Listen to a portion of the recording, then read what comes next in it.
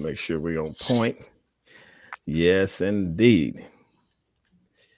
All right. Welcome, everybody. We are live and we are getting ready to start this show and have a wonderful time as we speak about some very important things that I believe is going to be a blessing. First of all, I hope everybody is doing well. I hope everybody is good.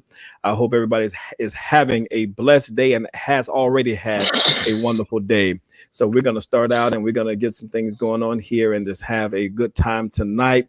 I got some good men with me that's going to speak on this topic that we're going to be dealing with. We're going to be talking tonight from the subject, man, I got some issues. And so we're going to be talking about that.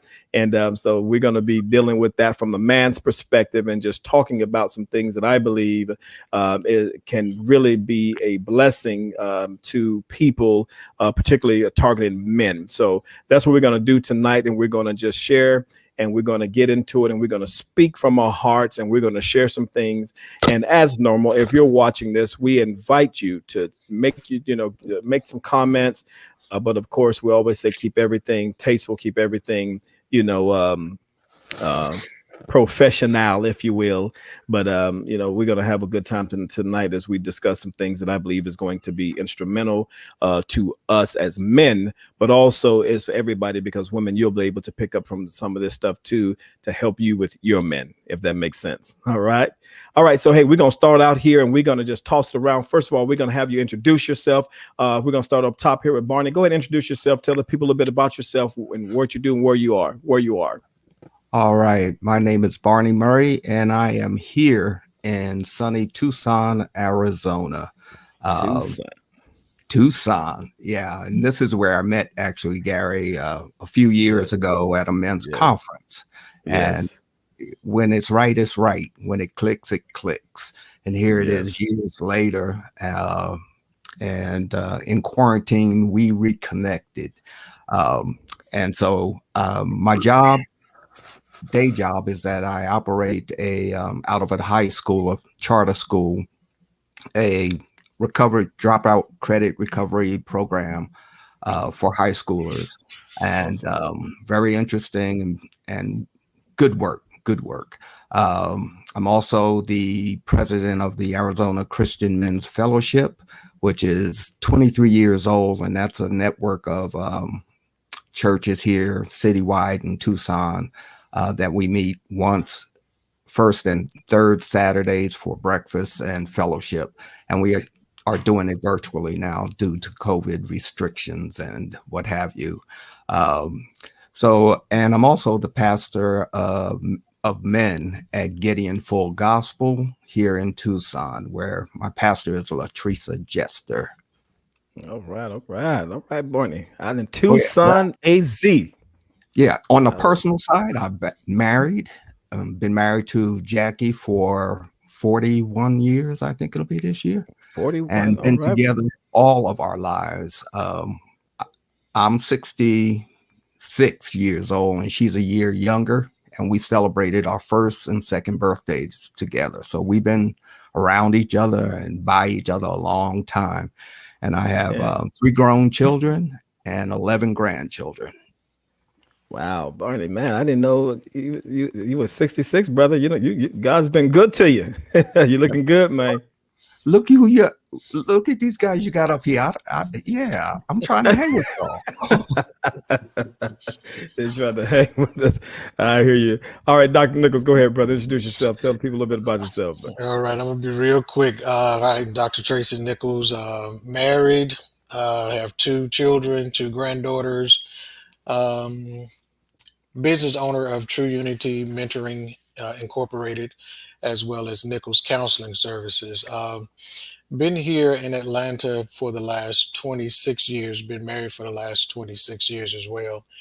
And what we do here is we we collaborate with the courts here in Douglasville, and what we do is we allow the courts to send us the quote unquote. I don't really want to say at risk. I just want to say at potential youth. Let me just change that narrative.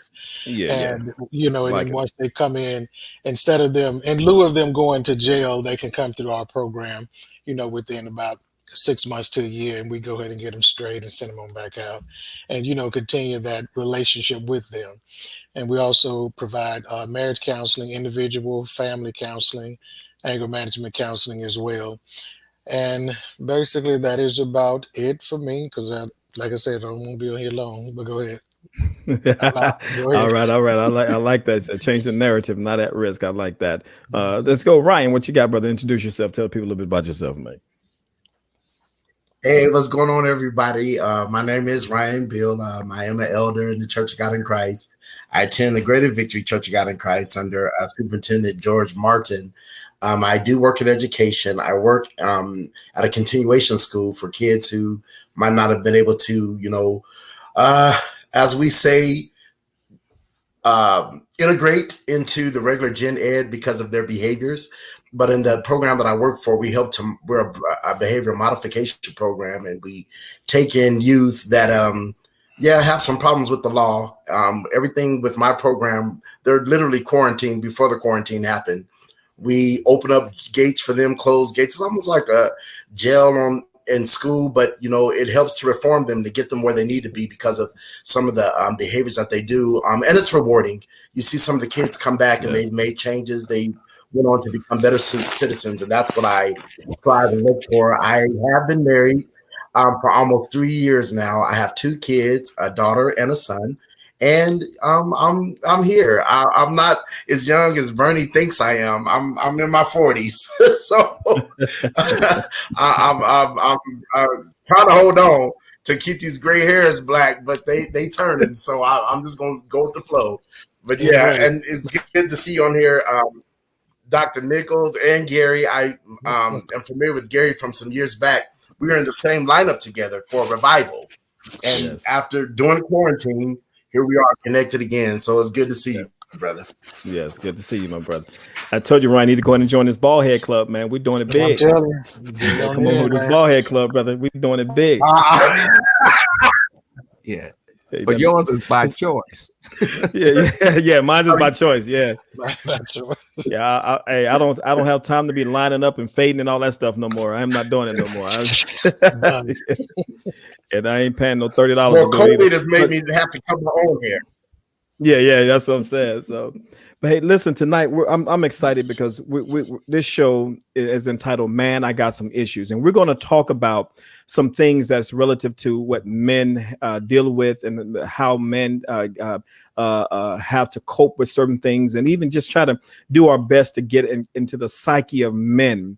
One of the reasons why it inspired me to do this show is watching television. You see so many things, and there's such a negative portrayal and a misportrayal of what men are nowadays. You look at some of the shows, men are always the goofy one, always the dumb one, always the one messing everything up, always the one that's causing the mishap.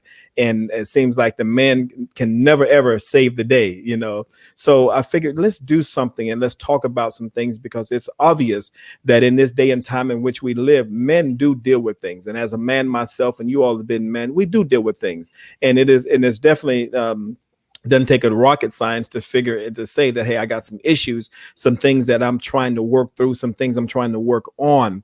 And so I thought it would be fitting for us to come together as men and talk about this on a level where we can just be transparent, but at the same time real.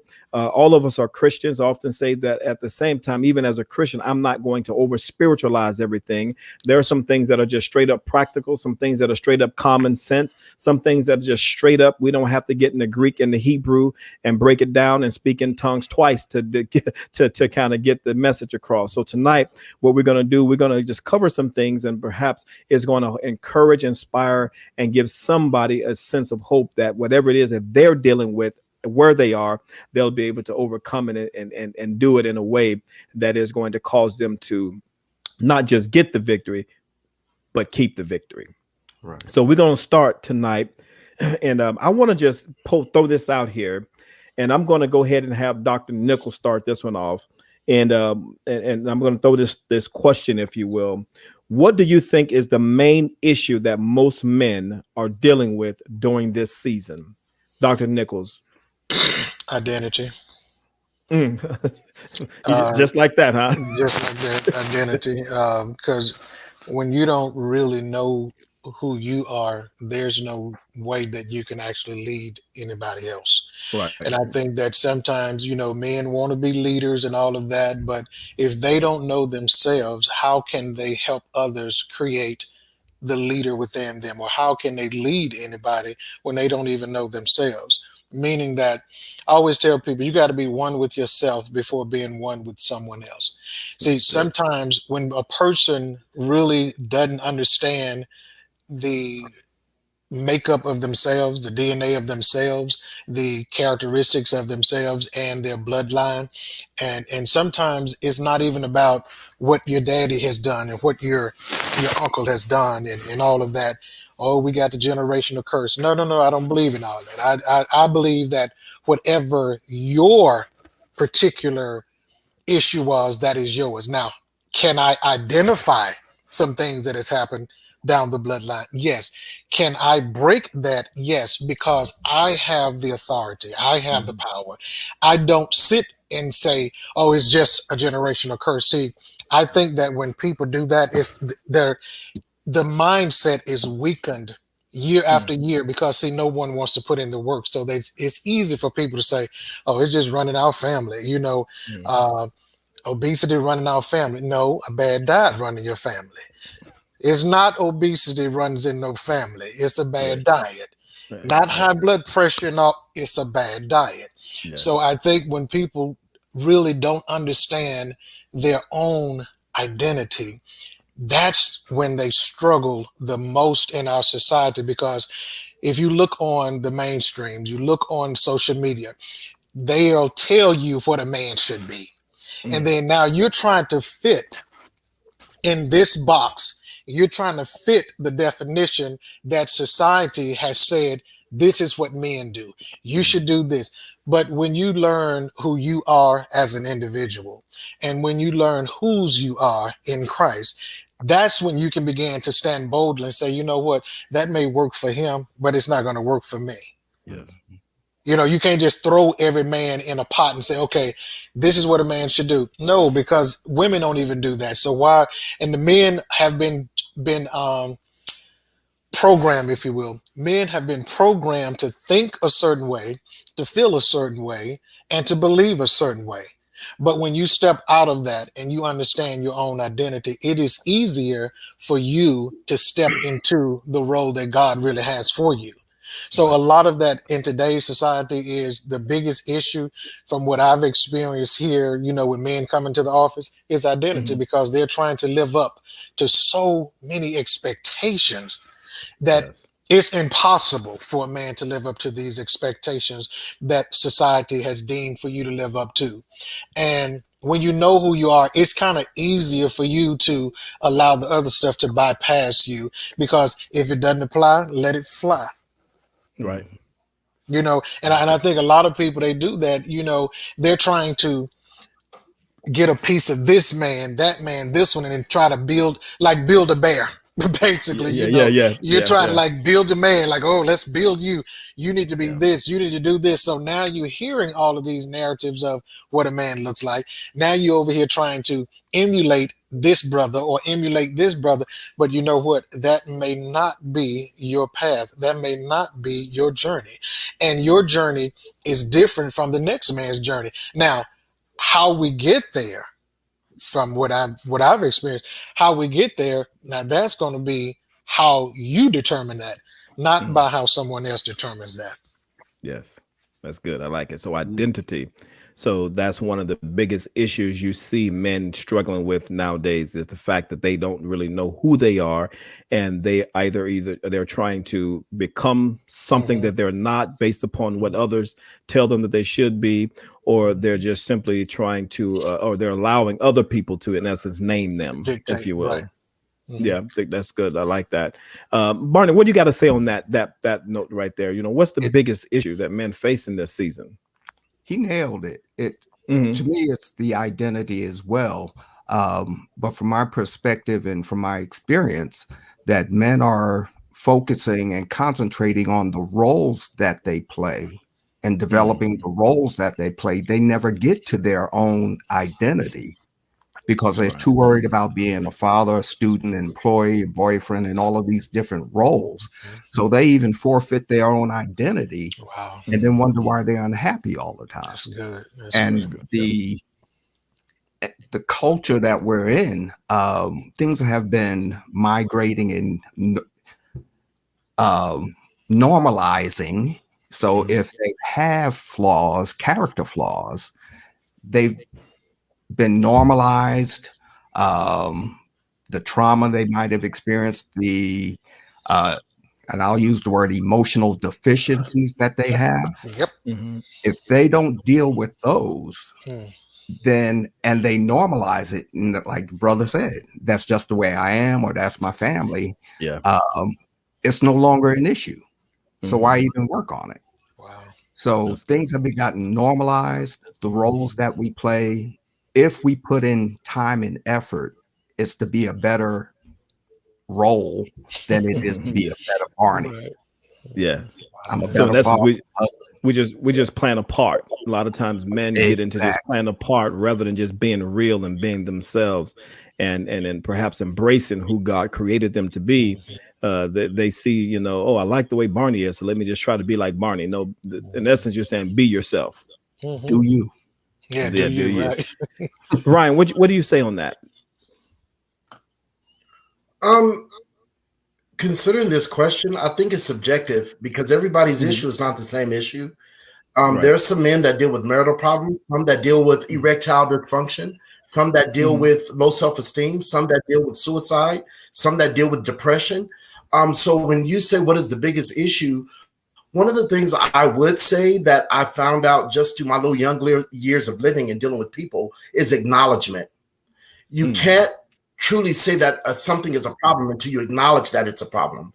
And so I call it like the ABCs. I have to first acknowledge that there's something there that has caused me not to progress, something that has caused me not to grow, something there that has caused me to look at other men and to have some type of inferiority instead of just saying, hey, they're going through, I'm going through, but hey, we're still here. The next, the B is believability.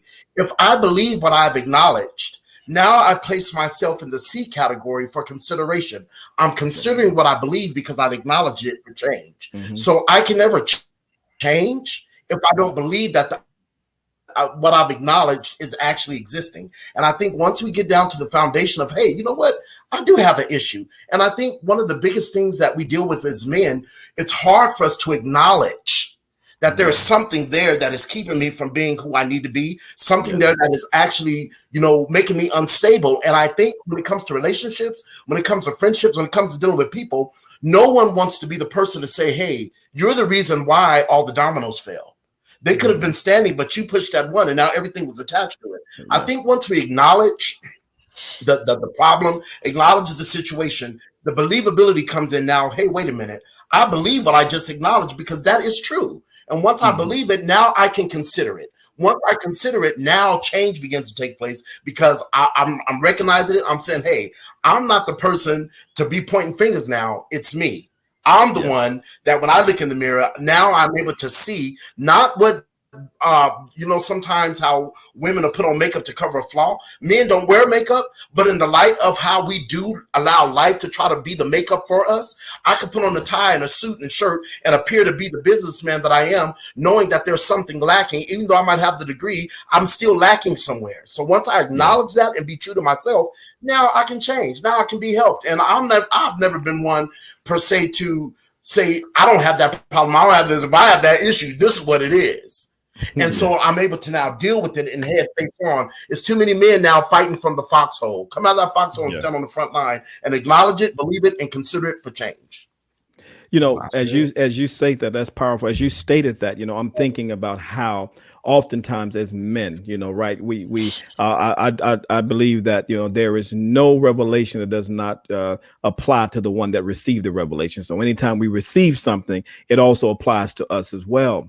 And one of the things that I believe that as men we struggle with, and men in this season and perhaps every season of our existence, is to be able to understand that we have to have the power to say something is wrong and not call it right. So we have to be able to say, you know what, this is not just who I am. This is not just what I do. We have to have the power, just like we go in the weight room and we push up all that weight. We got to have the power to call wrong, wrong.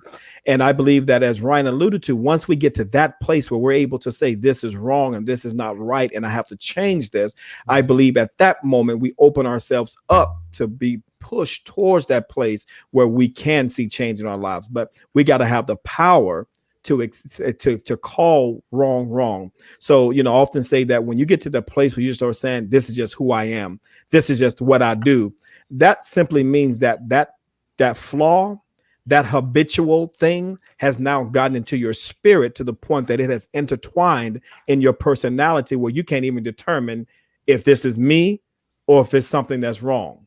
And so that's why oftentimes men don't acknowledge something is wrong, because they just say, this is just who I am. Accept me for who I am. Take me or leave me.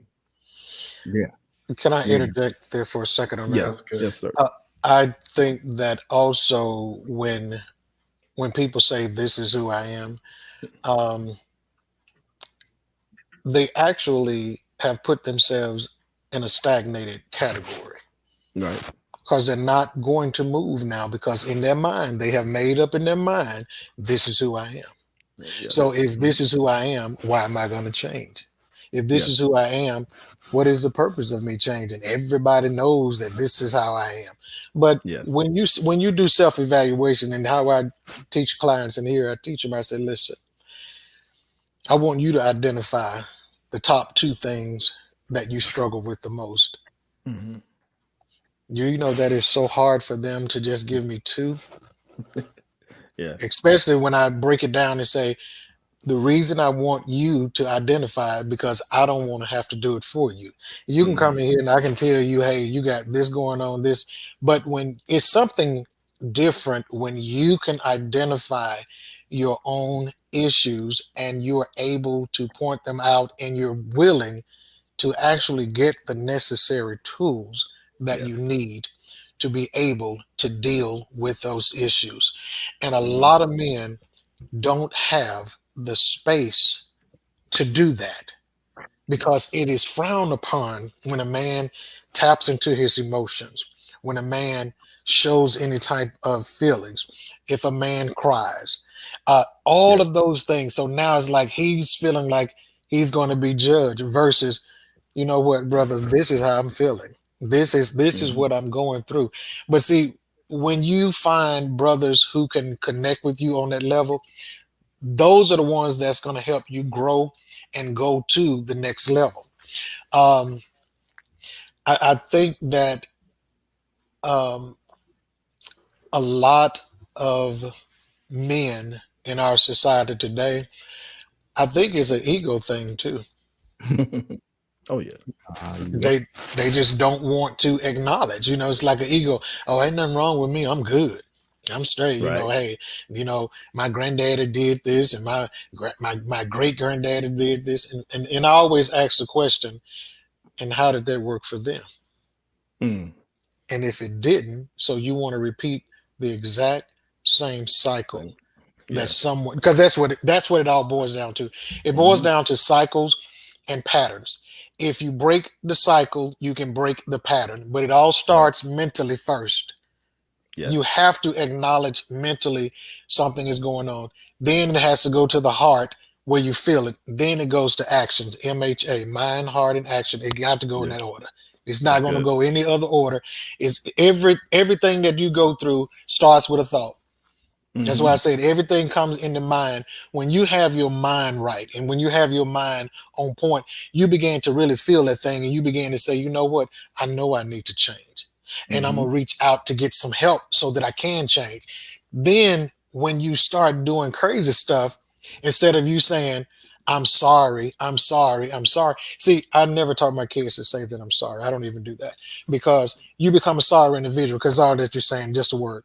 Now, what I do is I teach mine to say, I apologize for my actions, and this is what I'm going to do to correct it. So if your behavior changes, I can accept your apology versus your sorry, period. Yeah, yeah. So you're saying taking responsibility in essence. of your action, and taking responsibility implies that you're going to change There you that go. course of action that That's led it. you to the I apologize or I'm sorry. Mhm. Because you can say I'm sorry, but if you don't change it, then it just makes you sorry in essence. And it just I make you like just that. say the word sorry, you know. Sorry. Yeah, But yeah, see, just when you yeah. apologize, so now you have to change. Mhm. Because see now you, and then even when you apologize, it don't just say, you know what, I apologize. See, an apology allows you to identify what you're apologizing for and how Right. you anticipate on changing the dynamics the next go round. Yes. Period. I like that. I like it. I like that. So, you know, Yeah. If I go ahead, might, Barney. Yeah. There were so many nuggets in what the brother said. Getting to the point where you will acknowledge and own it Mhm. is a lot of work. It's Yeah. huge. Yeah. Yeah. Getting a man to first, he's been in himself for so long. Yeah. What is going to be the catalyst to get him to check himself that something's not right? Mhm. If That's that good. catalyst doesn't come along, the brother's going to die that way. That's good. So if he comes to himself, as the word would say, Yeah. he has no experience with what he's trying to do. Right. Mhm. Now that's the other problem, is that once he admits I got a problem or I just don't feel right and this needs to be addressed, how does a brother holler help, and to whom? Yeah. It's an uphill battle if he's flying solo. Mm. So, like Dr. Nichols said, he needs to attach himself to someone who can guide him through, because it's a journey. That's It's it. not an That's right. event that happens in his life. Yeah. It's going to be a journey, and it's a journey most brothers think twice about taking. Number one, Yes. if I got to take it with someone else, who is that someone else? Number two, and number three, is it going to be worth it in the end?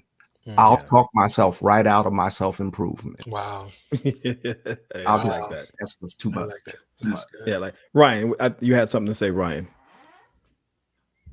yes, I was just going to say a thought sparked in my mind about people who change for the better and move on without repeating.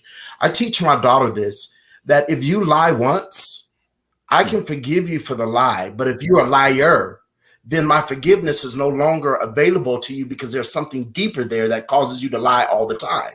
If a person steals once, then forgiveness can be available. But if you are a thief, then there's a deeper measure that has to be taken, because now this thing is rooted inside of your person. Yeah. It's rooted inside of your Right, character. right, It's right. rooted inside of your spirit. So I think there is some rerouting that has to take place in light of, as Dr. Nichols is saying, the resources sometimes are no longer an option when my rerouting keeps leading me to the rebellion part of what I should be changing from.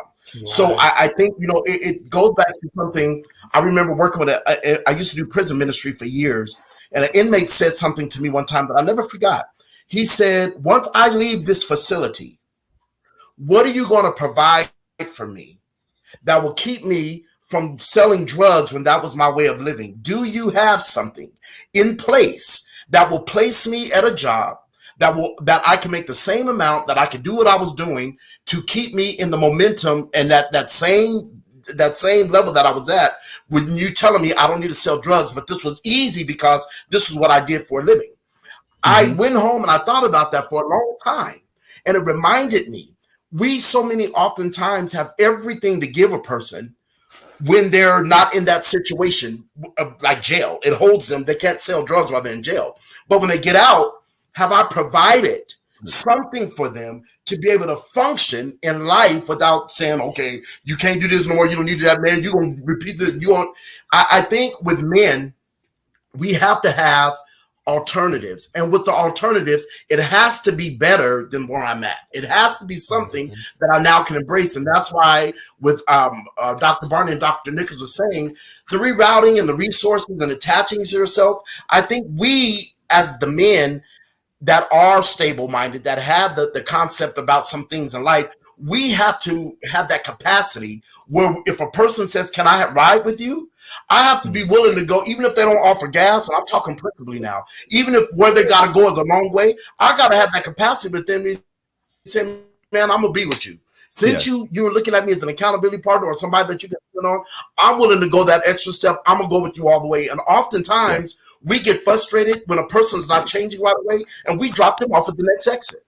And then we'll say, well, man, go on about your way because, I got stuff to do. And so when we have stuff to do with the right mindset, but we leave them where they are, no wonder why the actions keep repeating over and over and over again. So it's a joint effort. I want to see you change, but if I got what's going to help you change, then let me help keep pushing you towards the change. If I have a coat, you cold, I'm not going to say be that warm. Give you the coat, and now we move on. Yeah. It's funny you brought that up because I was going to say, oftentimes, it's easy to point out a problem, and I believe that after we point out the problem, we identify what's wrong. Now we got to offer something, and I know men, we're wired in such a way where we're not just going to just tell everybody about what we're going through. And someone has said earlier about flying solo, and the reality is that a lot of men fly solo. If you think about it, you ask a man, who do you trust?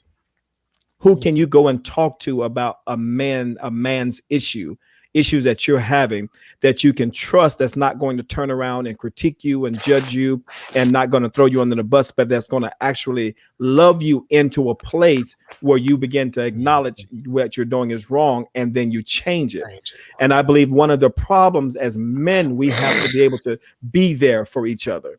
And when I say be there for each other, I like what Ryan said. It's okay, I'm going to give you a ride.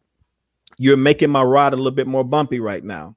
You're irritating me by your actions and what you're saying. But because I love you and I'm your keeper and I want to see you progress and I want to see you get healed and become victorious through this, I'm willing to put up with some stuff that I normally would not put up with.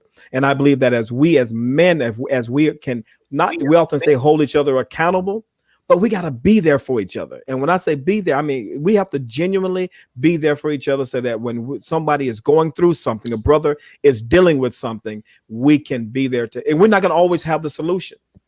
Oftentimes it's not even about the solution. Sometimes it's just about lending an ear and lending that ear and let them know, brother, I'm here for you, so they don't have to carry that thing by themselves. Because when you carry it long enough, it becomes heavy to the point that it wears you down and it hinders you from being the man that God created you to be. Gary. Yes, sir. But Gary. Yes. Dr. Nichols said way back, he said the identity. Yes. If a man has not come into his identity tied to his purpose in life, yes, then he's going to weigh the cost of that ride. And based on that decision, instead of looking at an investment into that brother, we're looking at what is it going to cost me? Yes. And the amount of time and effort, and I'll go churchy and say the discipleship process is open-ended. You don't know if that brother is going to click in a matter of a week, a 6-week Bible study, or are we going to spend the next year, the next 6 years trying to know each other, and I can't release you because God won't release me to release you because you're not at a point where you can be left alone yet. Yeah. Because it is open-ended. I question, and man, I'll come up with the excuse that in being task-oriented, we'll do this, that, and the other. Yeah. Because that's what I can commit to. After that, brother, you're on your own. Yeah. That's the point I was just about to make. Can you commit to all those people? And I know that I can't. And I'm going to be honest. This is what I do. First of all, I pray. Because everybody ain't your assignment. Right. And see, when you're trying to assign yourself to someone because you're feeling sorry for them, you're messing them up because, see, your heart is not in it. And you were not ordained for that particular person. You have to be careful of that, because been there, done that. Did prison ministry for 11 years. Been there, done that. Going to get them as soon as they walk out of jail. Hey, come on, let me take you over here. Hey, you live in Alabama. Let me go on and get you a ticket. Well, now my mama says she gonna pay you back. Don't worry about it. Get your ticket and get on down the road. Here's my number. Call, stay in contact. Whatever. I was only assigned for that particular task. Yes. Know what you're supposed to be doing, because see, Mhm. when you know your position, play it. Don't play Mhm. someone else's. And if God never put you somewhere with someone, don't put yourself there, because see, you could do more damage than help them. Let me throw this out there, and let's see if somebody can catch this here. Let me throw this. Now, I want you to hear what I'm about to say. So, as a man, right? A man has an issue. He has something that he desperately needs to talk to someone about. Mhm. And everything that you guys have said is absolutely spot on. So the man says, I gotta find somebody I can trust. But let me ask you this here. Can he find somebody that he can trust that will tell him you're wrong, but won't leave him because he's wrong? I believe that it's possible. But I think that we all are a little guilty of of that. If we're gonna be truthful now, No, that's why I said think we're if, transparent here. if we're gonna be truthful, I mean, I'd have Yeah, been there. yeah, Then I went back later and was like, you know what?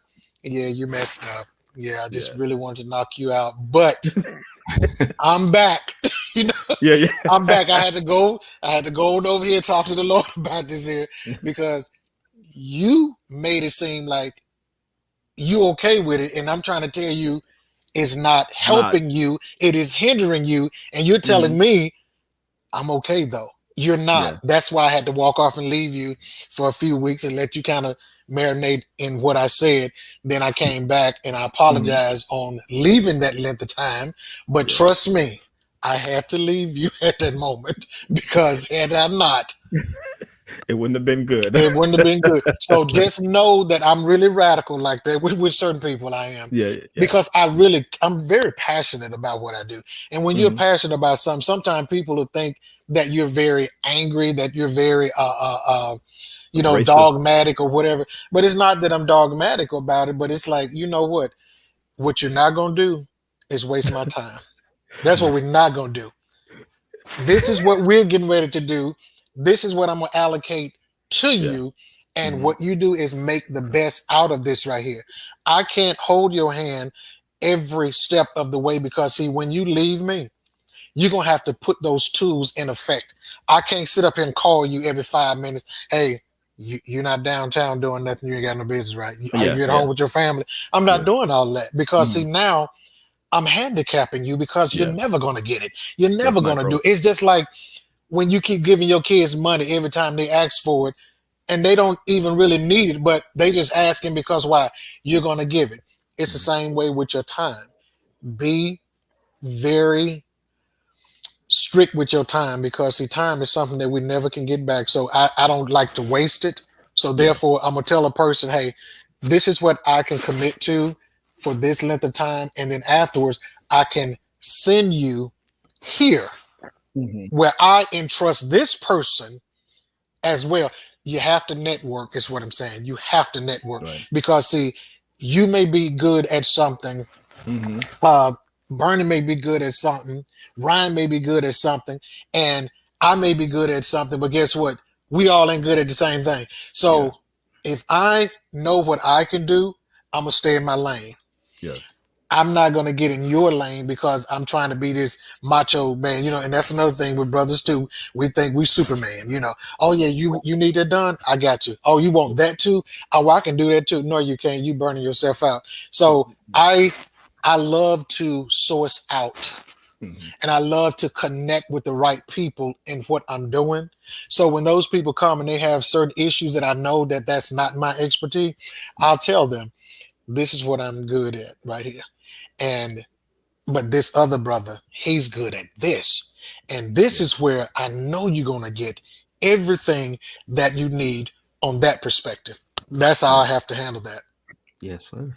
let me throw this at Ryan. I want to throw this at you because I'm just letting you know right now. There's no way in the world we're gonna finish this today. We might have to do a part 2 and a part 3. So I'm just letting y'all know. I'm locking y'all in, whether you want to or not. Okay. But check this out here. I want to throw this at because here I'll explain later why I'm going to pose this question. How do you talk to the brother that comes to you for help, but he doesn't want Jesus? Now, I want you to hear what I'm saying. There's a reason why he wants help, Ryan. I have an issue, Ryan, but I need you to help me without you bringing that spiritual component in it. How do we manage that, brother? How do we manage that? Well, the Bible says it's not that which is spiritual is first, but that which is natural. One of the things, when the Lord had called me to preach at 19 years old, I ran from it. And I came across so many individuals who had a lot of problems, a lot of different things going on. But I remember God spoke to me one day and told me, he said, Paul planted, Apollos watered, I gave the increase. Sometimes you planting certain things without being so super spiritual, so deep, with a person saying, hey man, I just need help. I ain't trying to learn Jesus right now. I just need help. Sometimes there's things that we can do and say and be wise. He that when it sows is wise. Harmless as a dove, wise as a serpent. There are some things that, and let me tell you why I use that particular scripture. Serpents put venom. Yeah. The venom doesn't always work right away. We got to be wise in our words and our actions sometimes because it can venomize a person. They'll walk away and start to feel the effects of something that they didn't even know they've been spiritualized with. So, as we're led by the Spirit of God, as God leads us, I believe that what I might do through my actions through the natural, somebody else is going to come along and water exactly what I just did because the effort is always there. It's a soul. This soul needs to be saved. But I was going to bring this into the perspective of something. When Jesus came across the fig tree, it had no fruit. He was going to curse it, but the man asked him, can you give me a year? And when you come back, I promise you that, this tree is going to have fruit. Sometimes the outcome of a person coming to know Christ is not right away because the scripture says, wherefore if any man be in Christ, he's a new creature. Old things are passed away and behold, all things are become new. The word become changes the connotation of that scripture because now that means metamorphosis, process of time. It doesn't happen right away. It's a become process. So if a person just wants my help, but they don't want Jesus, you know what I'm gonna do? I'm gonna help them. Because through that helping them, they can actually see, you shall know you are my disciples if you have love one to another. Through that love, they might say, wait, there's something different about him. I done been through 50 people, no one decided to help me, but this person just decided to help me because they just wanted to do it. Now that sows the seed of showing them that everybody is not hateful, everybody is not selfish, everybody is not the same. And I always believe that whatever I do in the natural, and there's a spiritual intent or motivation behind it, God will always bring the increase to that person's life. A short story, there was a young lady that came to Walmart one time when I was working in the pharmacy. And she came in, she looked like she was dressed like she just came off the corner, honestly. And I remember saying, I was like, who is this girl? But I didn't know who she was, but I was like, I said, Lord, there's something about her I need to tell you about, but I don't know how I'm a witness to her. Well, she came in, she said, sir, I'm looking for a certain type of medication because I'm sick right now, whatever. And I was like, I'm gonna just witness to her right now about Christ. Before I tell her about the medication, I'm gonna tell her that Jesus is the bomb in Gilead. That I was really zealous, but I didn't have the knowledge to go along with it. Yeah. So the Lord told me, he said, don't you say a word. And I was like, no, God, I gotta tell her because I don't know if I'm ever see her again. He said, leave it alone. I didn't say nothing to her about the Lord. I was nice and treated her, helped her with her medication. A week later, this girl came back into the store. I saw her again. I said, hey, girl, how you doing? She said, you know what? I'm not doing too good. Such and such and such is going on in my life. This was the opportunity. I said, I said, well, you know what? What I'll do is I'm going to pray for you. She said, pray? I said, yeah, I'm going to pray for you. She said, well, I guess I can use all the prayers I can get right now, but I'm not really a believer. 1 month later, this young lady, after coming in and out of the store, because where I live, it's a small town, but everybody comes to Walmart. 1 month later, long story short, the Lord allowed me to keep doing what I was doing, being Ryan, smiling, being nice, still throwing little nuggets in their spirituality. She came to the church and the Lord saved her. My point is that we don't always have to just throw Jesus right away. Sometimes asking a person, how was your day?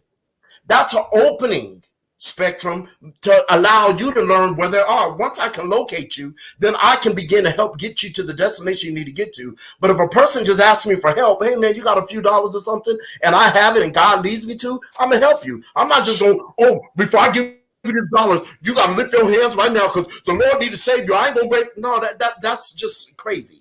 Let the Lord, as many as are led by the Spirit of God, to them give he power to become the sons of God, even in them that believe on his name. So I believe if a person needs help, help them.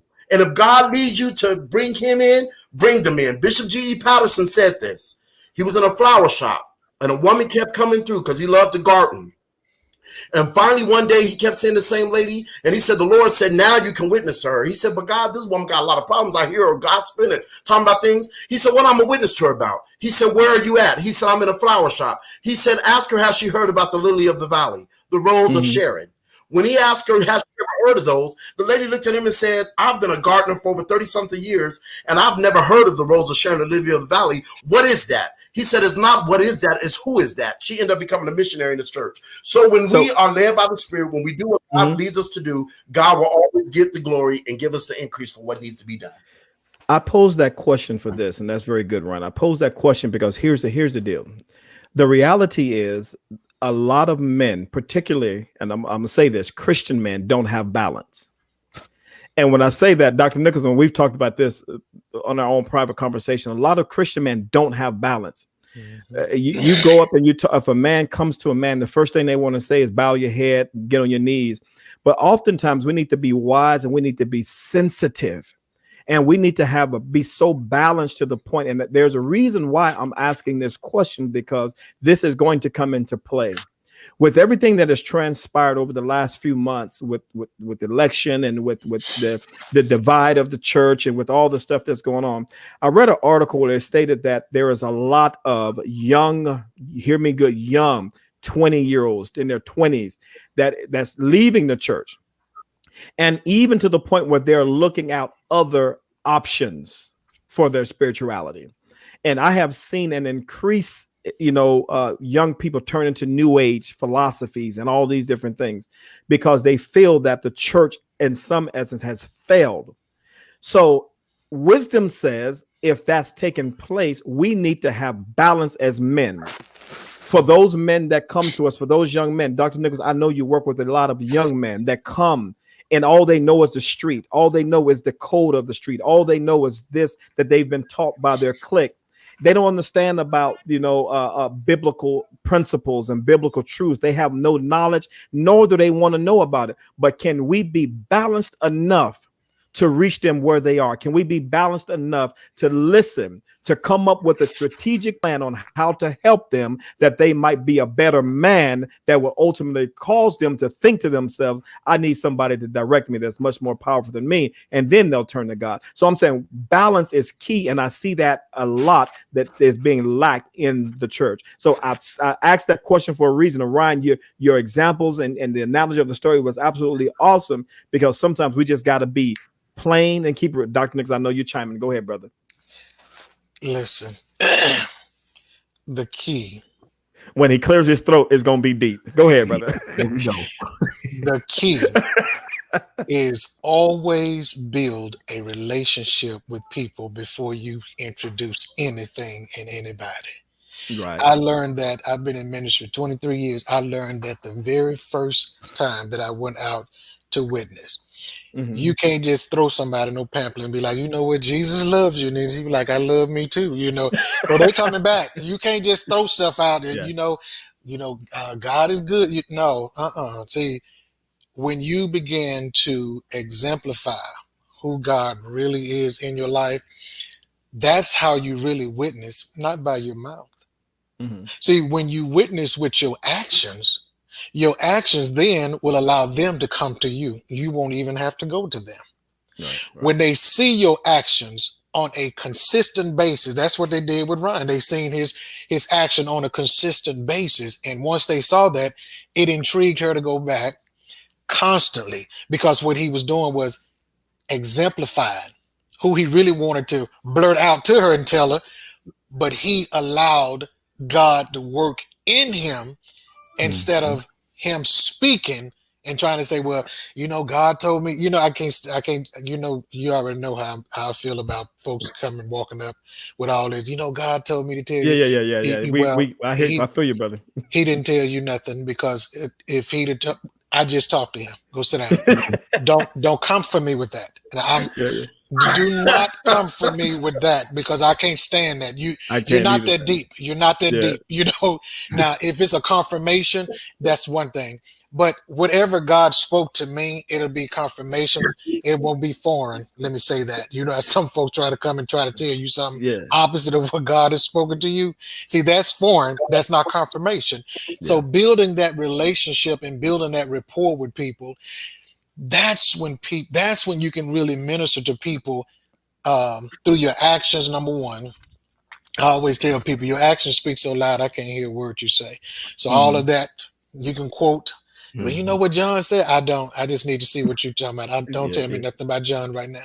I'm gonna need for you to dialogue with me. I don't need John right now. I need for you to dialogue. And I think that the more we become the living temple where God can dwell and utilize us, we then understand we are the true church. That's how we draw people. Everybody say, well, the doors of the churches open, back in the day or whatever. But the door's been open, number one. Number two, we need to be open. Mm-hmm. See, that's what we need. We need to be open. Some people would never go to a church building. But if you become the church, and if you become the living example, then that's when God can begin to minister to that person. That person can be way over there and watch your actions and see how someone was nasty with you in the store, and that person is watching and seeing how you handle it. They're going to come to you and say, oh, I would have done this. Oh, I would have let them have it. And then that's your time to say, you know what? Don't give people your peace, because he who angers you controls you. And then you walk off. Yeah. Now I like that. Now, I like that. Now let me throw this here, because you said something and you said a lot, but there's something that stuck out with me, and someone even put it on a comment how the church has failed young men. Now, when I was younger, I had always said, I'm not going to become a Christian because I was doing what I was doing and I was enjoying what I was doing, and all the church did was tell me, don't do it. It's wrong. It's bad. For a young man, you just can't tell a young man that's 15, 16 coming to his own, and he's feeling some type of way about females, and he's looking at females and he can't stand up and things like that.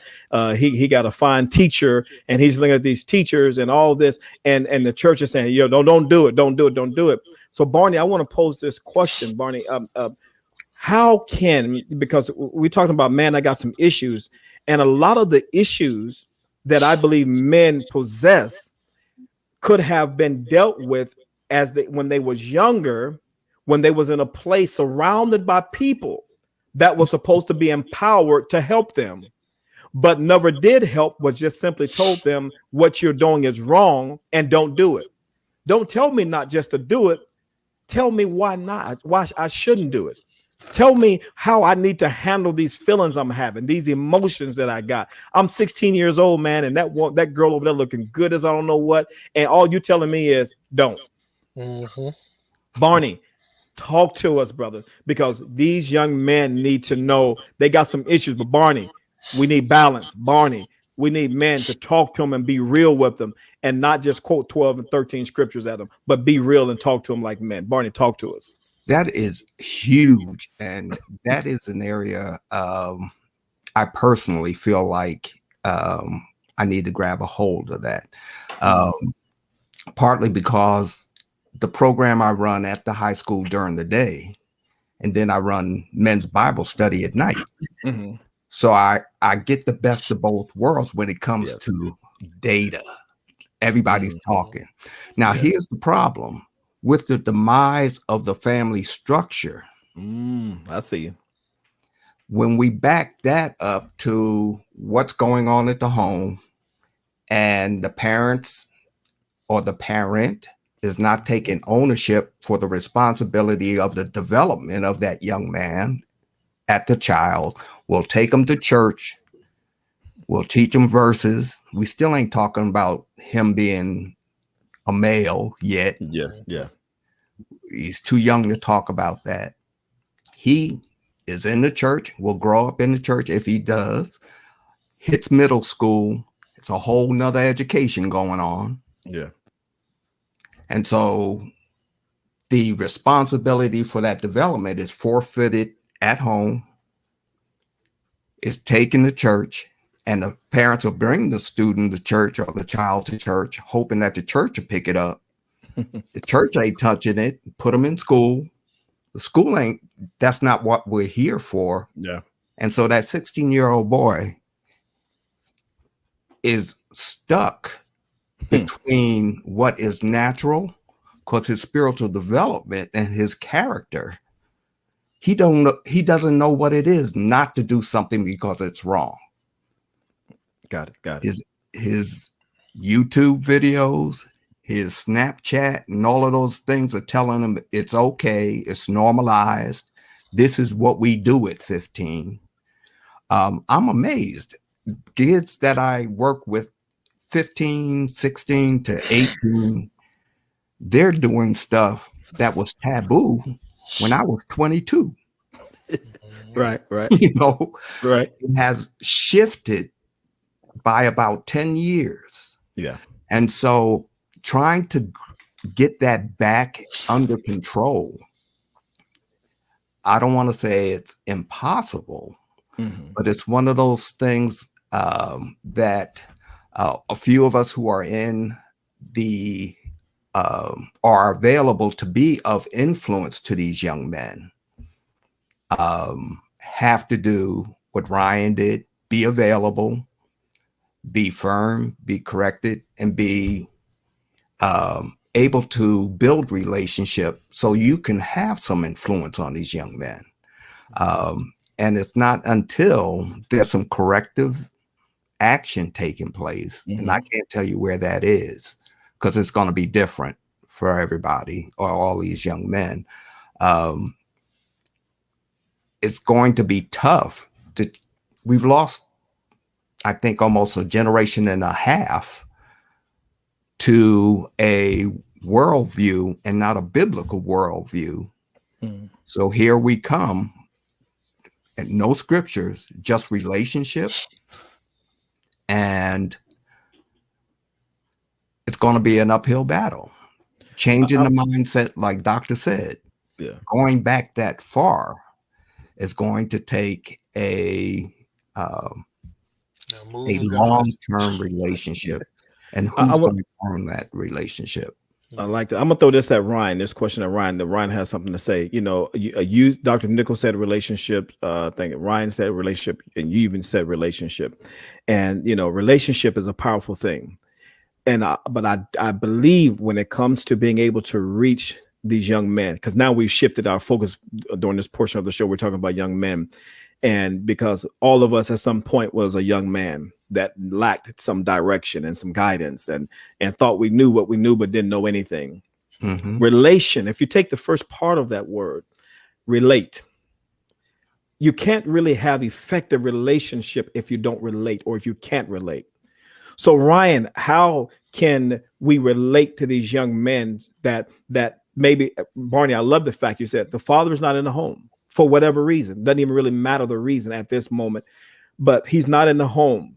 The mother's trying to raise that young man by herself, trying to do the best. She can be the best mother, but can't be a father. Right. So Ryan, how can we relate so that we can build relationship, so that we can help these young men that's lost, that's lacking identity, as Dr. Nichols pointed to when at the gate? How can we relate to them so that we can build a relationship? Because remember, we can't be so spiritual because they're not there. They've been listening to Drake. They've been listening to who else is Lil Wayne. They've been listening to whomever that's talking about money, women, cars, and drugs. And so that's what they're filled with. And here we come along with Amazing Grace. Well, grace is amazing. Yes. But you know what? Drake said this. Lil Wayne said this. 50 said this. Snoop said this. So what can we do to relate to them so that we can get them? Because I'm passionate about this, right? Because this is the part right here that when I say the church, because we all was there, being in church.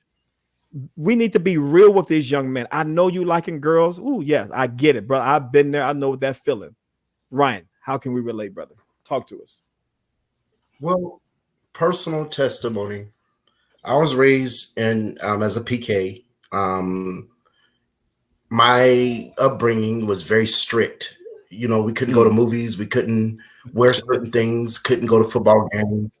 Literally, you know, my parents, you know, raised in the church of God in Christ. At that time, it was just everything was a sin. You was gonna go to church, school, and home, and that's it. Yeah. However, I remember, and we're transparent here, so I don't sugarcoat. I just say what it is. At 15 years old, I remember I came home one day from school, and my mother found one of my tapes, and it wasn't a tape that you get at Blockbuster. Yeah. And she said to me, she said, Ryan, it wasn't the Winans. It was one of, it was, no, it wasn't the Winans. I know it wasn't the Winans. I know it wasn't the Winans. It was some whining going on, but it wasn't the Winans. There was some whining going on, but it wasn't no Winans, right? But she said to me, she said, Ryan, she said, I found this tape under your bed. And she said, when I viewed it, she said there were some images on there that I am appalled that you would watch something like that. And I said, well, Mom, you all always taught us not to have sex. So the only thing I could do was what my friend said, self-gratify. Right. And she said, well, I'm speechless. She was like, I don't know whether to whoop you or I don't know what to do.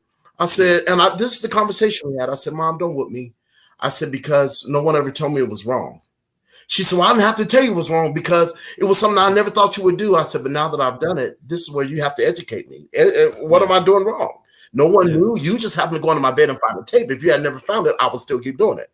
Yeah. However, years passed by, and you know, there was a struggle there with it because once that image is implanted, once that seed is there, that's a thing that you have to always keep at bay. And I'm very honest. I teach in workshops on this particular stuff, and we use the term people masturbate, but I always tell people if you don't learn to master the bait that calls you to do it, then you're going to continue to do the other thing. There's in-depth understanding. It's a wordplay there. But however, my pastor at the time in 1999 appointed me as youth pastor. And I remember the Lord had done some changes in my life. I was on fire for God. I was doing revivals. I was preaching. I was a young evangelist. And when he made me youth pastor, I was like, okay. It was a very few young people at our church. And I remember one night God spoke to me and said, I want you to go to the high school and I want you to start a Bible study. And I said, no, I can't do that because there's a separation between church and state. And I started going through all kinds of things in my mind. Well, the way God would do it, and I'm spiritualizing this conversation right from this part, the way God did it, he literally had me come across the principal at the school. She knew who I was. She said, Ryan, I need you to come in my office for a minute. I said, what's going on? She said, you're a pretty upstanding citizen in the community. Everybody knows you. They love you. She said, you always speaking at some type of event for the mayor or doing different things. She said, I have a set of keys for you. I said, to do what? She said, I want you to start a Bible study on campus. Immediately, a cold chill came on my body. I said, God, you work too fast. But I said, if this is what you want, then okay, I'm going to go for it. I had maybe about 30 kids show up that day. And I told them, I said, you know what? I really don't know what to talk to you all about because I'm trying to learn all of you. I don't know you. And when I said that, there was a young man in the group that I looked at him, and through my discernment, I knew the Lord sometimes worked with me and intertwined the gifts. I said, that's the person I need right there that's going to teach me how to operate with these worldly kids because they're not churchy. Once they started coming to my church, starting off with that little small group, this young man became an informal leader because I was a youth pastor. But even though he wasn't saved and didn't have all the pedigree for spirituality, I used him for my benefit. I said, you don't have to tell me the terms. You have to teach me the knowledge. You have to teach me things that are being said now, because when I was growing up, when we said fade, that meant haircut. Now it means fight. You're going to have to teach me everything that y'all know about the street knowledge and everything. He said, no problem, Ryan, I got you. This boy literally gave me 40, 50 terms that literally went against everything that I was raised with these terms and knowing when I grew up. I said, y'all use that term. That don't mean that. He said, yes, it does, Ryan. This is what it means. So once I learned the natural terms, once I learned why they wear what they wear, say what they say, why earrings go through the top of their ear, why they wear certain colors, why they do certain things, I said, now I'm going to add the spiritual with this. That youth group went from 30 to over 250 within 3 months. People literally, I was in the newspaper, pastors were calling me, what did you do to get that many young people at your church? And I remember my dad said to me, he said, boy, he said, God is using you in a way that I've never saw him use people before. But here's the clincher. I never told them how to dress. I never told the boys, you got to stop sagging your pants when you come to church. I never told the girls to take their Daisy Dukes off. The reason is, the example that I never saw him, I knew what children started on them. One of the young guys got in my car one day and said, we noticed you don't listen to blues music. Why are you always playing gospel songs? I said, well, because that's my choice of music. He's like, wow, you don't cuss either, do you? I said, no. He said, a lot of the kids have been talking about things you don't do. You are a lot different than anybody we've ever come across. Now, these are not church kids, but they're looking at the examples and what I'm throwing at them. So they was like, what keeps you from doing that? I said, God. He's a constrainer. There's some things. I said, now, mind you, I told him, I didn't forget how to cuss. He just constrains me not to. I didn't forget how to fight. I'm just constrained by the Spirit of God not to fight. So the more they start inquiring, one day, one of the guys said, you dress nice. I want to dress like you. I said, why can't you? He was like, I said, next time you go to the swap meet down there on Slauson in Los Angeles to go and buy your little Dickies and your little pants and all that, I want you to pick you up a nice leisure suit. Nice leisure suit. And I said, I want you to wear that to church. Pretty soon, all of the boys started wearing slacks, button-ups. The girls started wearing nice skirts, nice dresses, all as a result of the example of what I was portraying and receiving information from the young man who knew the street code when I didn't know anything about any type of code. So I look at it like this. A car battery takes a positive and a negative charge. Sometimes you got to understand the negative to be able to introduce the positive. Sometimes you got to have the wrong to know about the wrong in order to give them the right. David said, created me a clean heart. In order for him to get a clean heart, there had to be a dirty one. If he said renew a right spirit within me, there had to be a wrong one. So I was able, through the help of God and through the understanding of the mindsets of this young generation, I was able to use them for my benefit to understand, hey, you can't give me Jesus until you give me the ramifications of the understanding about what it is that we're able to talk, what we understand. We don't understand coming to church wearing ties and suits and dressing up. Why are you telling us to do that? Can I worship God in flip-flops? Can I worship him in Daisy Dukes? And I had to come to the mindset because of my tradition. I said, yeah, and I grappled with it. I said, yeah, you can do that. But I was like, Lord, why am I telling these kids they can do that when I know how I was trained? But pretty soon, I realized I'm not the savior of their soul. Jesus is. You don't wear certain things to be holy. Holy, you're going to wear certain things. So as God began to work on their hearts, as God began to work on their mind, as God began to work on their little lifestyles and their spirits, they began to change for what he was doing, and Ryan can take no credit. And that's the help that God showed me on how to get this young generation back to a place. And so we got to be responsible. I'm going to jump in, yes, Ryan. Yes, sir. Ryan, we're going to have to take up a tithe and offering in a minute. Somebody put him in E flat. Right. No, I like the story, and that's powerful. And I know God can move in any way he chooses to move. He can do whatever he wants to do. And I posed a question about, how can we relate? Because that's the bridge, that's the gap. They're looking at us as men that have gone through some of the things that they've gone through, experienced some of the things that they have experienced, and we can speak, and so oftentimes we're speaking over their heads. But how do we relate to the point where we can get their attention?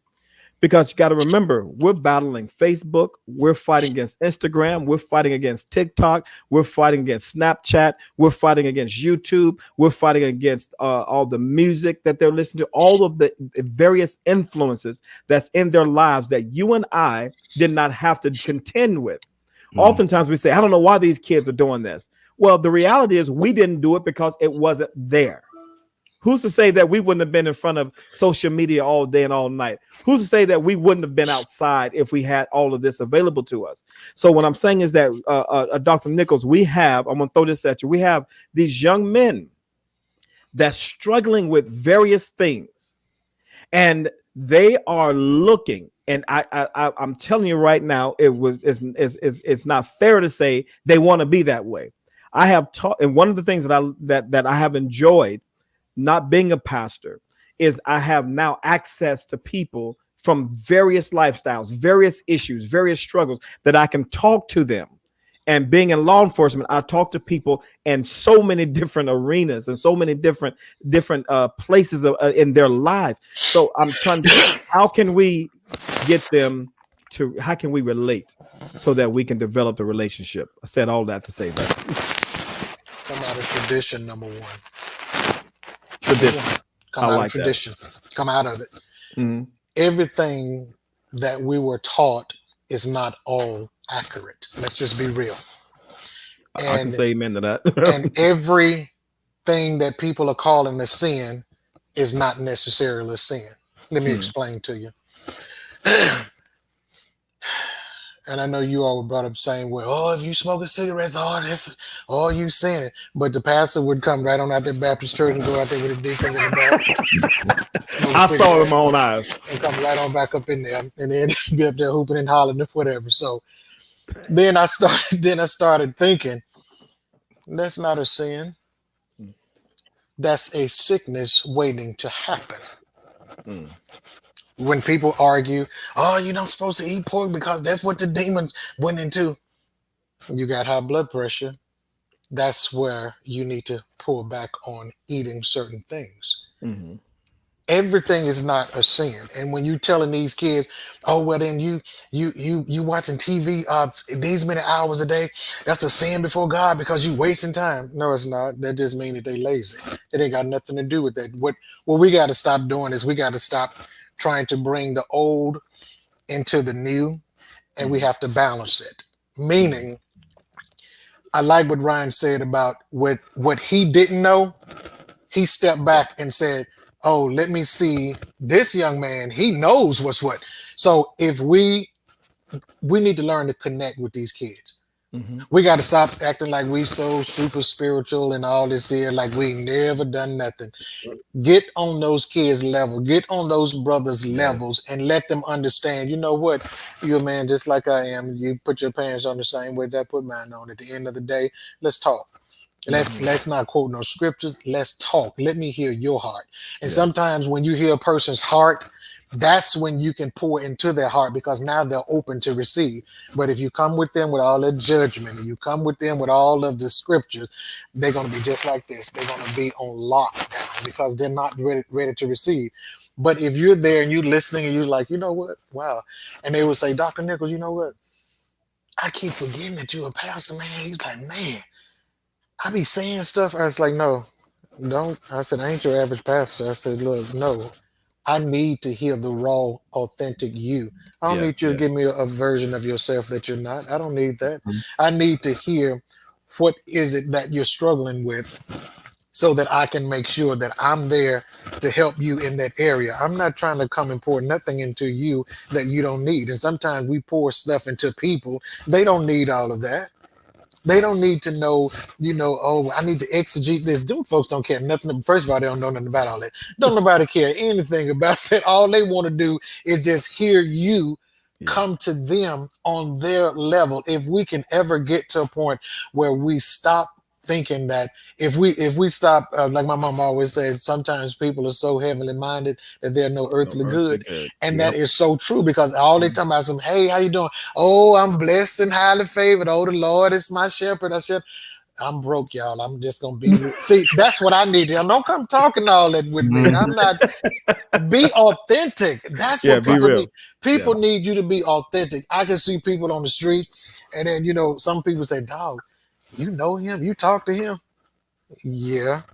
well, you know, he a thug and a gangster. You know, he hurt people. I like them kind around me because I need a little. I need some. Look, I need some Peters around me. Peter So was. whatever.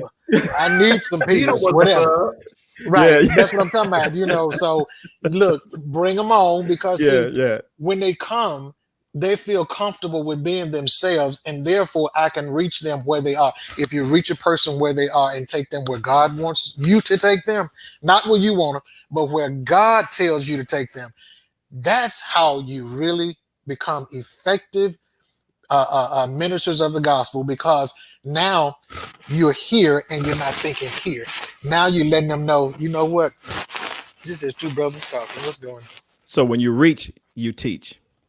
There you go. When you That's reach, it. you can teach. That's it. But see, if you never reach them, you can't teach them. You know, you never can be able to do that. And guys, I hate to cut this short. But yeah, I know you got to roll. I know we already. Yeah, but we're gonna have to. Y'all, please, Barnett, please inbox me your information because I definitely need to know about this StreamYard thing of whatever this is to get it got. But yeah, so we definitely got to pick up on this one, and you know, if you want to do a part 2 and 3 or whatever, you know, we're definitely gonna do that. We're definitely gonna do that, guys. But it's been real. Go ahead. Yes. Yeah, no, go ahead. I know you got to bounce out and everything. You got to get to your next little spot and everything. But man, thank you so much, Dr. Nichols. Okay, no problem. Y'all make sure y'all look him up on Instagram, Facebook, Dr. Tracy Nichols, and we'll catch up. We're gonna just continue on just for a few more minutes, and we're gonna get out of here as well. But yeah, go ahead, bounce out, brother. I'll holler at you. All right, thanks. See you guys soon. All right, brother. Be blessed. I'll holler at you. So now let me say this here. You know, we talked about Dr. Nichols. He talked about, you know, being able to reach. And one of the things that I do, you know, believe is that when we're able to really relate to these young men that are struggling with some of these issues that they don't know how to deal with, they don't know how to deal with these emotions. Let me just share this quick story, and I'll make it real quick. And I'm gonna give you the quick version of it. I encountered a man, and he was in a situation where he was making some changes in his life, where he was actually in the process of changing from a man to a woman. And he and I was talking, and I noticed he had like the permanent makeup on, but the guy was bigger than me. The guy was yoked up. He began to tell me how he was competed in the Mr. Fitness competitions and all of these different things. And dude was on swole. He was a big guy. And so, of course, you know, I have my own mindset about things and what I thought. But I did not want to just come and just, what would make you do such a thing? Why would you want to try to change your gender and all this? And I just listened. And he talked to me about his Mr. Fitness competition when he used to do that. And as I listened to him, I showed interest in what he was saying. And I said, oh, okay, great. And he was asking me, what type of workouts you do? I said, you're pretty fit. And I began to share the workouts that I was doing. And he said, okay, well, add this and do this, this, and that. I said, okay, I'll try those things. And as we began to talk, he began to get more comfortable.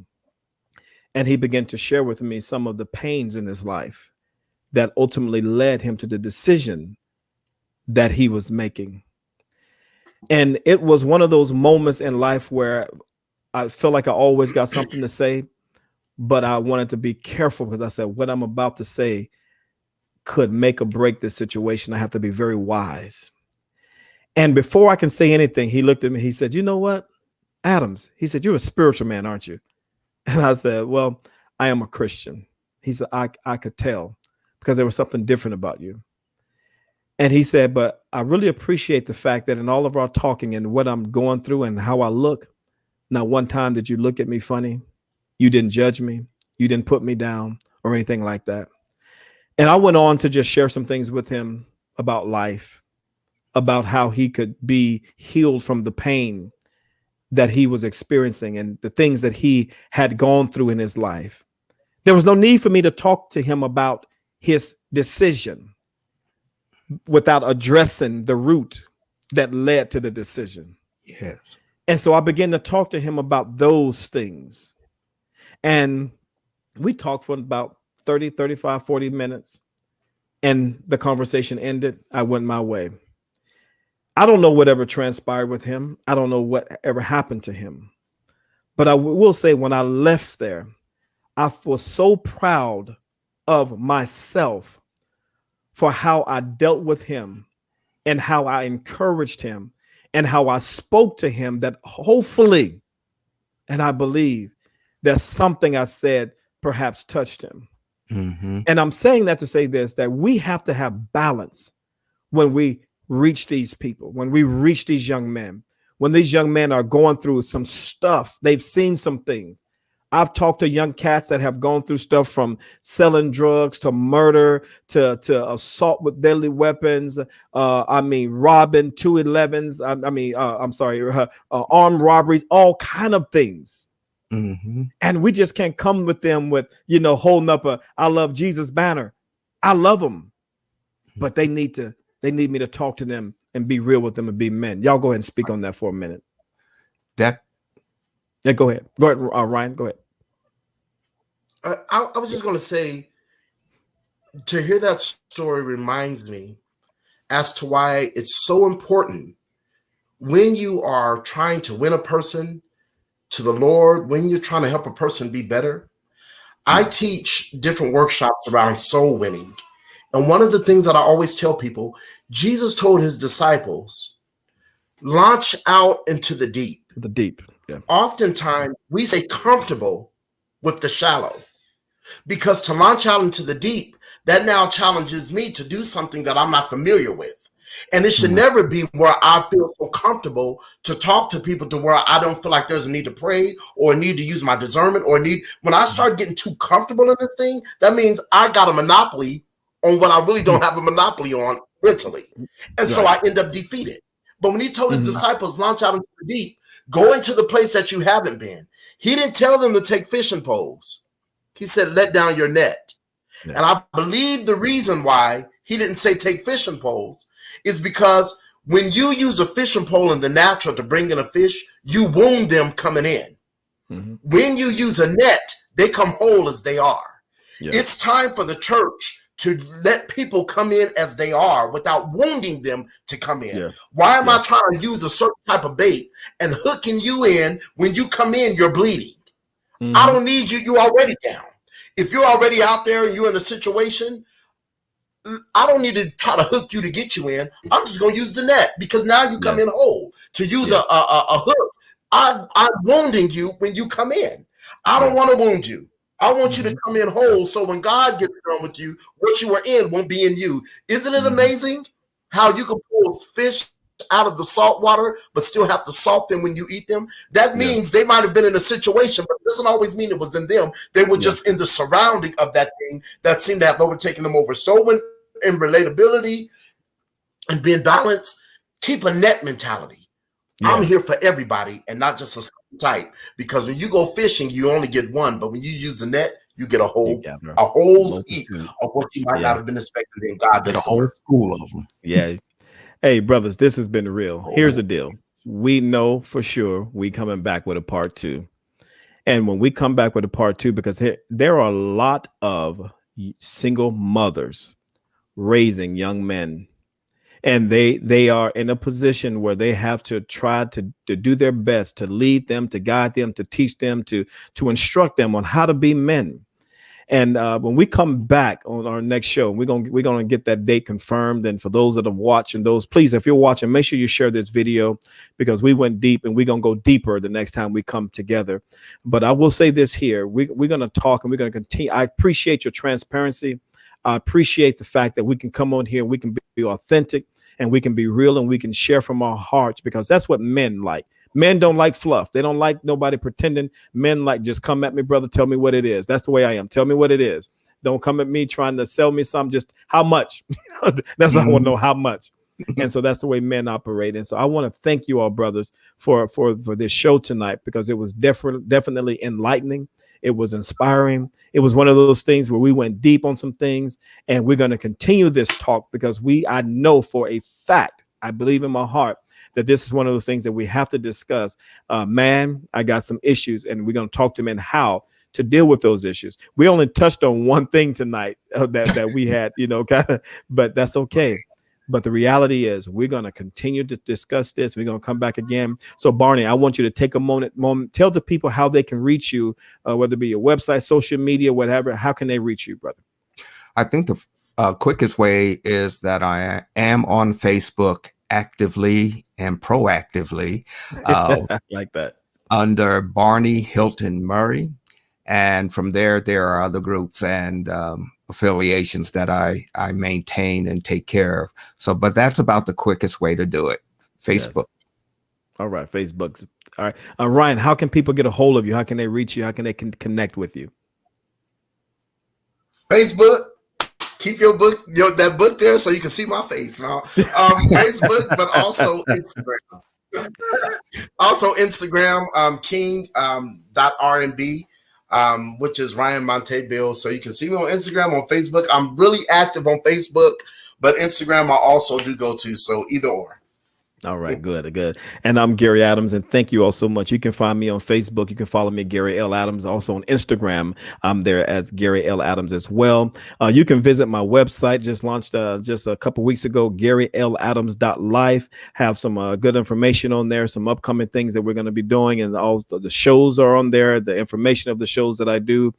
So please make sure you connect with me either on Instagram, Facebook. You can also follow my YouTube channel. I post these videos. These videos will be on there. Also, you can check me out on Spotify. Just look me up at Gary L. Adams for my podcast on there as well. And I'm so excited about tonight because I had an opportunity to share with my brothers, and they kick some knowledge and share. And I tell you, it's wonderful to get men together to talk about some things that's important, and not just to talk about it, but also to be about it, and that it can help and inspire others to be better. And that's what we're all about here on a word of encouragement, is talking about those issues, going deep, talking about the things that other people don't want to talk about. We're going to talk about it because I believe in keeping it real. So on behalf of Dr. Nichols, on behalf of Barney and Ryan and myself, Gary Adams, and a word of encouragement. Thank you all so much for watching this show. Please make sure you share this video because I believe this right here, yeah, it got some nuggets in there for real. All right, brothers. Thank you so much. Y'all be blessed. Keep on winning this week. Put a smile on your face. Keep on going higher. Keep on going deeper. And keep on doing great things. All right, brothers. Love y'all. Be blessed, man. All right. Take care now. Thank you also for watching.